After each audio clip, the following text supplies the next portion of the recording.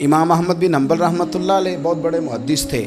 ایک بزرگ تھے شاہ بقی الدین ابن مخلد. وہ کہتے ہیں مجھے پتہ چلا کہ اس دور میں نبی کریم علیہ السلام کی حدیث جو سب سے بہترین پڑھاتے ہیں وہ امام احمد بن حنبل ہیں. ان کو حضور کی حدیث سے جو خاص شغف ہے وہ کسی اور کو نہیں. کہتے ہیں میرے دل میں لو لگ گئی، حالانکہ میں امیر گھرانے سے تھا. میں کشتی میں بیٹھا امام احمد بن حنبل کے پاس آنے کے لیے، رستے میں طوفان آ گیا، کشتی ہچکولے کھانے لگی. کسی طریقے سے ایک جزیرے کے ساتھ جا کے کشتی لگی، ٹوٹ گئی، بکھر گئی. میں جزیرے پہ اتر گیا، اور بھی کئی لوگ تھے. 1 مہینہ وہاں رہنا پڑا. بارشیں ختم ہوئی، موسم ٹھیک ہوا. ایک کشتی دکھائی دی آتی ہوئی. فرماتے ہیں کہ وہ اس کشتی میں بیٹھا، دوبارہ بغداد گیا. مجھے سفر طے کرتے 2.5 مہینے گزر گئے. وہ جزیرے پہ مہینہ پتے کھا کے بھی گزارا کرنا پڑا. نکلا تھا علم حاصل کرنے.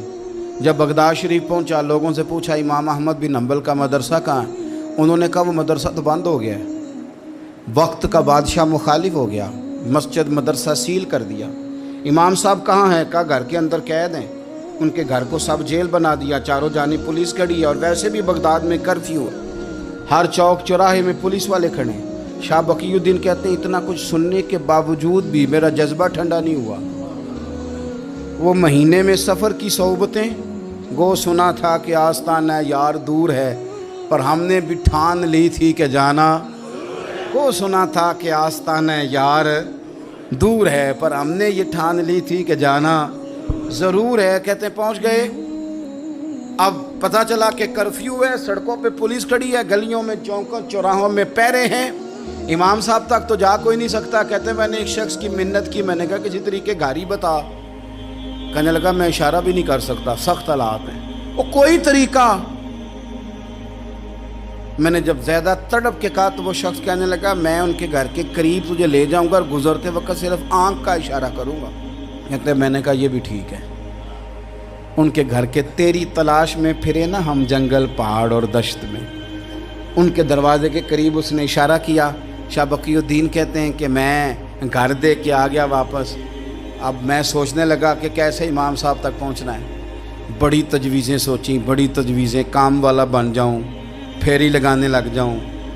پھر سوچا کہ اگر میں کچھ بیچوں گا ریڑھی پہ رکھ کے تو کوئی خریدنے نکلے گا، کوئی نہیں نکلے گا. کس طرح کروں، کیا کروں، بڑی سوچیں. بالآخر میں نے طے کیا. اللہ اکبر. میں نے نہ کپڑے پھاڑ لیے، امامہ اتار دیا. فرماتے ہیں کہ ایک پیالہ مٹی کا خرید کے گلے میں رسی سے باندھ لیا، اور امام احمد بن حنبل کی 3 گلیوں پیچھے میں نے دروازہ صدا لگانی شروع کی. فقیر ہوں، اللہ کے نام پہ لینے آیا ہوں.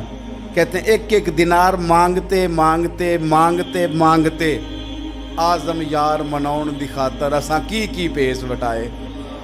کہتے ہیں مانگتے مانگتے نا میں امام احمد بن حنبل کے دروازے تک آیا. امیر گھر کا بچہ تھا، بڑے پیسے جیب میں ہوتے تھے. امام کے دروازے پہ صدا لگائی کوئی ہے اللہ کے نام پہ دینے والا؟ کہتے ہیں وہ نور بھرا دروازہ کھلا.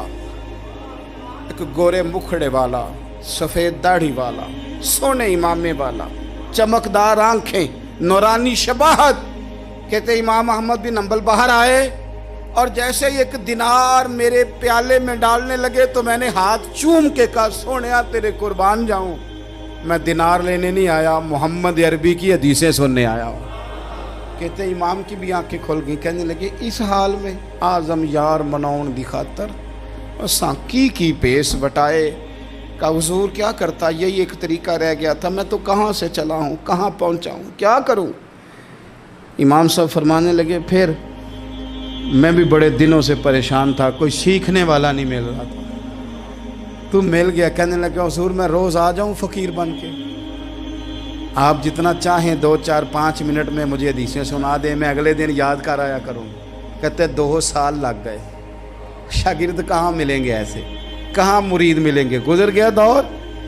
کہتے ہیں کہ میں نہ ہر روز فقیر بن کے جاتا، 3 گلیاں پیچھے مانگنا شروع کرتا، کوئی شک نہ کرے. 2 سال دروازے پہ جاتا، آگے پیالہ کرتا، امام 1 دینار ڈالتے اور مصطفیٰ کی حدیثیں سناتے. کہتے ہیں حالات بدل گئے. 2 سال کے بعد